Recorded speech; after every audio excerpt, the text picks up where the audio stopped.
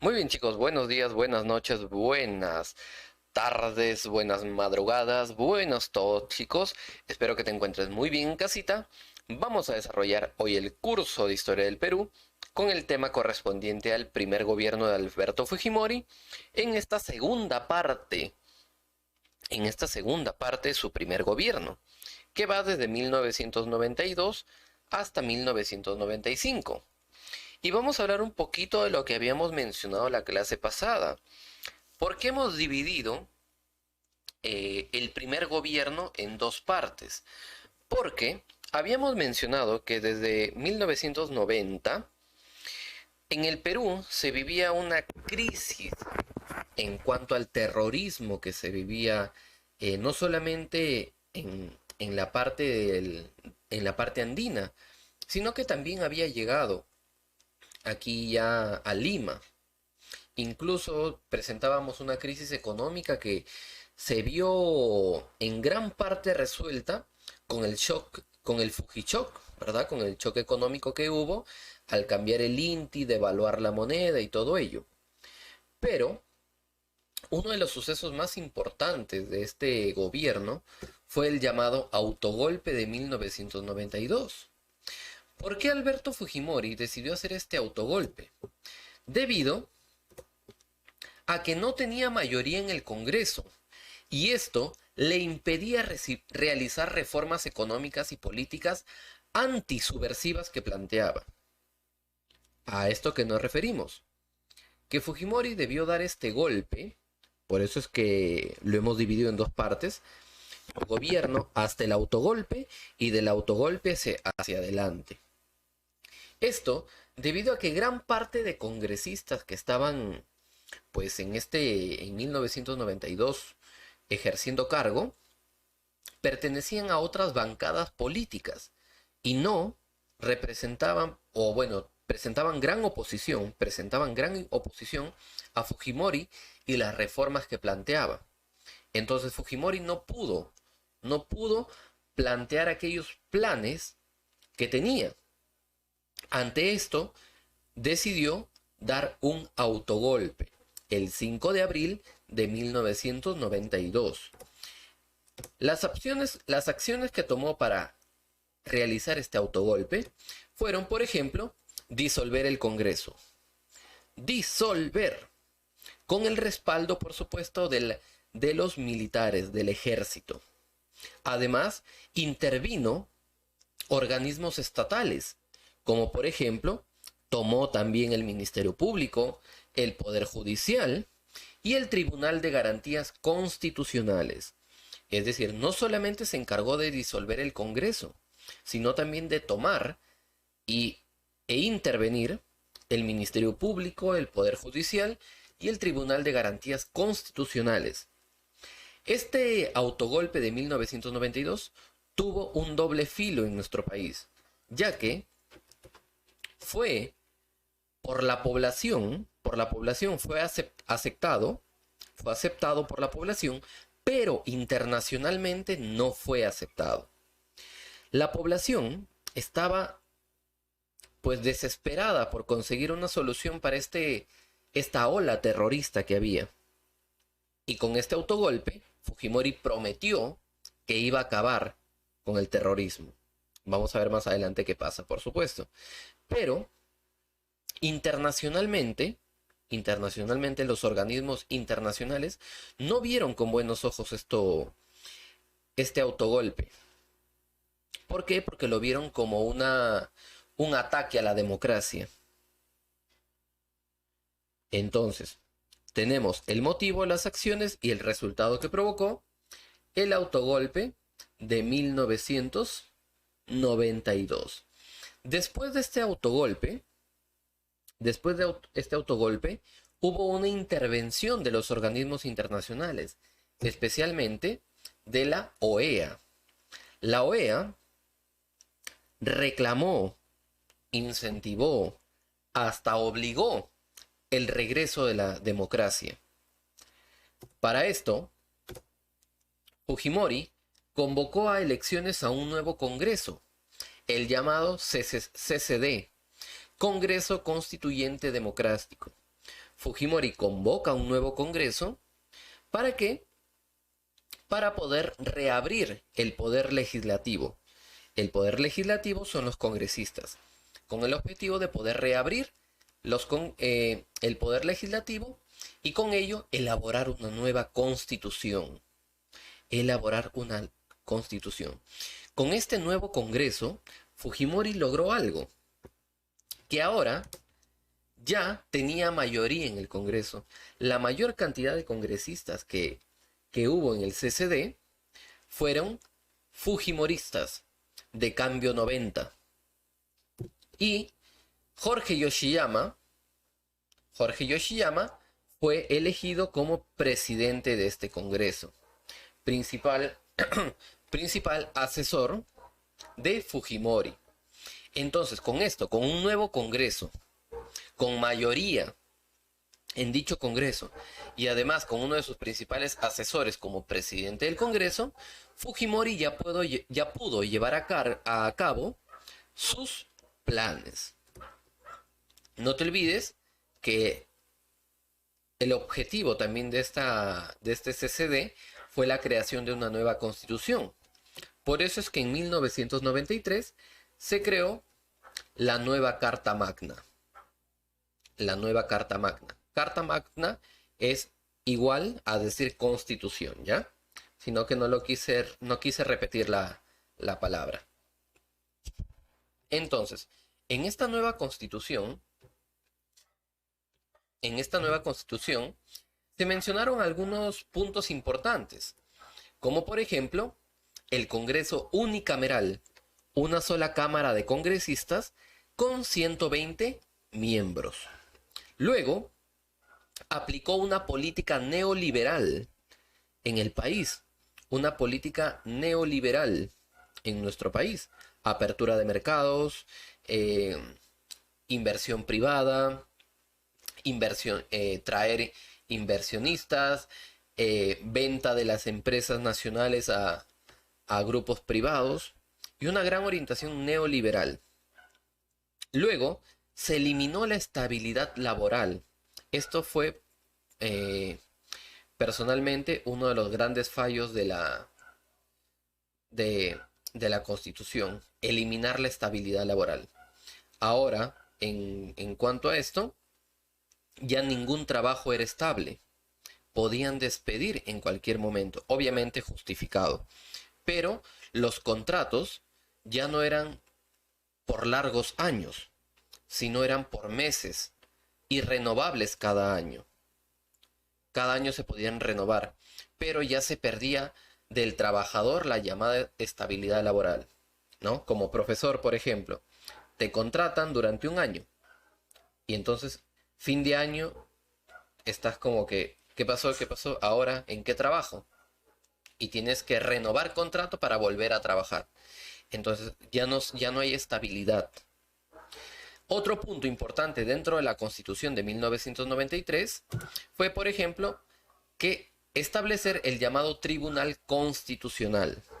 El llamado Tribunal Constitucional.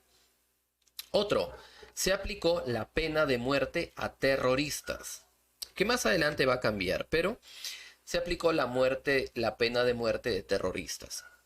Y la reelección electoral, es decir, los presidentes, congresistas, alcaldes, podían realizar la reelección, podían reelegirse. Si fue presidente, puede lanzarse nuevamente como presidente y posiblemente ser electo.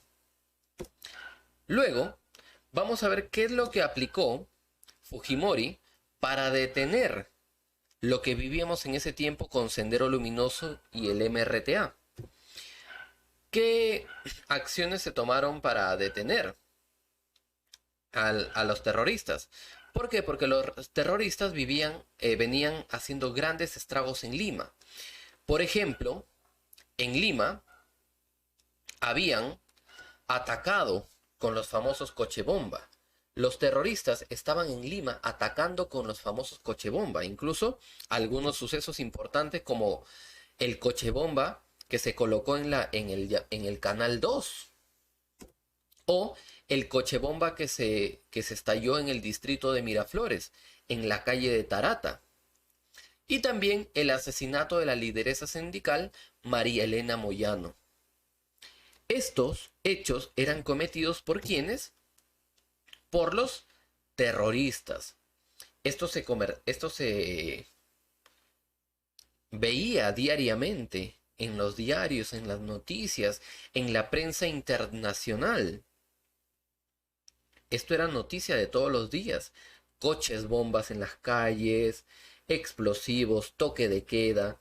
Entonces se vivía una crisis realmente tremenda en el país. Estas medidas fueron para tratar de detener la violencia. Y dentro de estas medidas también hubo fracasos, como por ejemplo,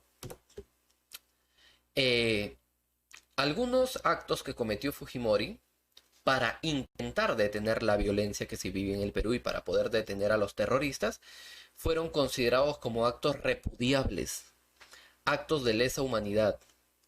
Por ejemplo, ocurrió la llamada Matanza de Barrios Altos, en la cual policías y militares llegaron hasta el Callao, llegaron hasta el cercado de Lima, Barrios Altos, y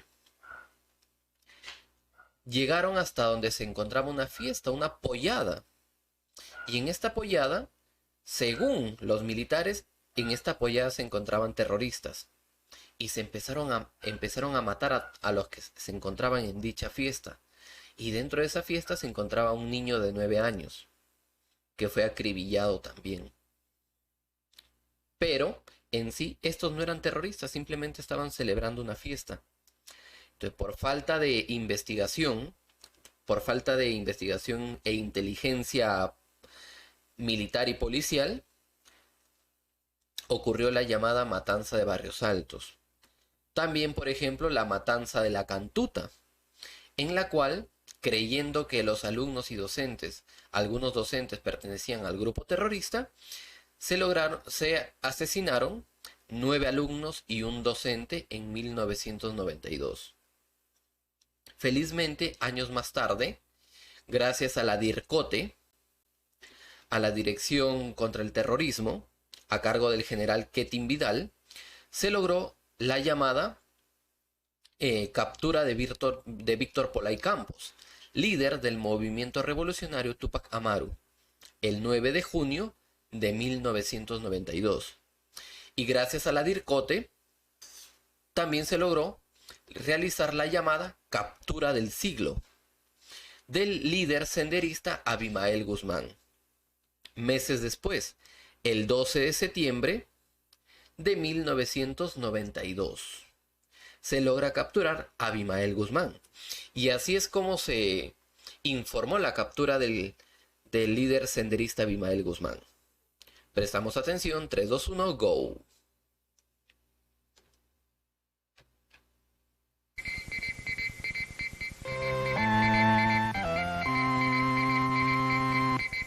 Probablemente la noticia que ustedes van a escuchar enseguida es una de las noticias más esperadas del siglo. Esta noche, según versiones policiales, la DIRCOTE capturó en Lima al principal enemigo del Perú, Abimael Guzmán Reynoso, el terrorista causante de la muerte de 25.000 personas y provocador de daños materiales que pasan los 20.000 millones de dólares. Se trata, señores, de una información esperada por la civilidad entera y que debe llenar de satisfacción al Perú entero. Repetimos, Abimael Guzmán ha sido capturado. Los detalles se los entregaremos en unos instantes más en la edición central de El Súper Especial de 90 segundos. No lo toques, no lo toques, el presidente sabe hacerlo. Nadie lo toca.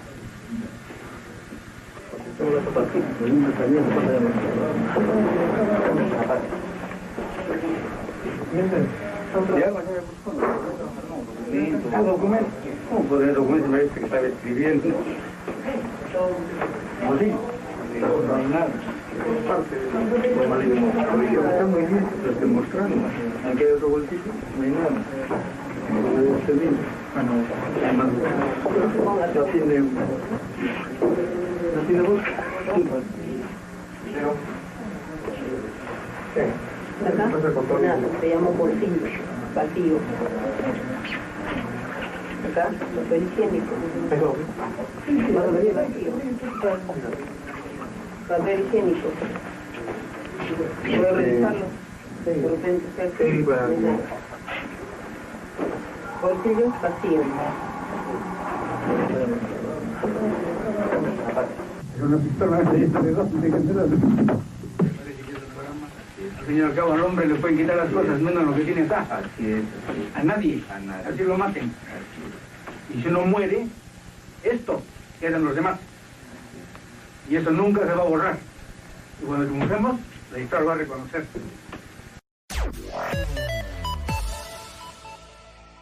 Muy bien, entonces hemos visto, chicos, cómo se logró la captura de tanto, bueno, como lo mencioné, de Víctor Polay Campos, y hemos visto el video del líder senderista Abimael Guzmán.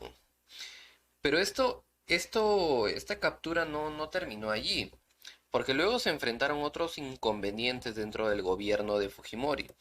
Uno de ellos fue conflictos externos que hubo, como por ejemplo la guerra con Bolivia en 1992, el 24 de enero, un pequeño conflicto que no llegó a más, fue algo pequeño, pero rápidamente se firmó el Tratado de Santa Cruz para detener la situación. Pero con quien tuvimos un conflicto un poquito más largo, un poquito más complicado en estos años, fue con Ecuador, en la llamada Guerra del Cenepa o conflicto del Cenepa con Ecuador. Que de eso vamos a hablar también un poquito más la siguiente clase, ¿ya? Pero para que más o menos lo vayas teniendo en cuenta. Algo que sí movió mucho al país entre estos años fue la corrupción que se iba iniciando. Se estaba iniciando la corrupción ¿con quién? Con Vladimiro Montesinos. Vladimiro Montesinos Torres fue asesor de servicios de inteligencia, pero en realidad fue el jefe de todo el aparato de inteligencia del Estado. Fue uno de los principales manipuladores de todo el sistema nacional. Supo cómo comprar canales de televisión, prensa, periódicos, comprar autoridades para sus propios beneficios. Entonces en esta época se veía gran cantidad de corrupción que se iba iniciando con Fujimori. Y este cargo, como jefe de inteligencia, le sirvió para hacer un nexo entre el presidente de la República y también de las Fuerzas Armadas. Es decir, este hombre fue uno de los principales cabecillas de toda la corrupción. Pero obviamente Fujimori estaba al tanto de todo lo que hacía Vladimiro. Y de esto vamos a también detallar un poco más la siguiente clase. Ok, chicos, espero que haya quedado entendido. Espero que haya quedado todo entendido. Repasen, por supuesto. Copien a su cuaderno, repasen. Y nos estamos viendo en la tardecita para responder a todas las preguntas de nuestro texto. Desde aquí, chicos, un fuerte abrazo. Bye, bye, bye, bye, bye.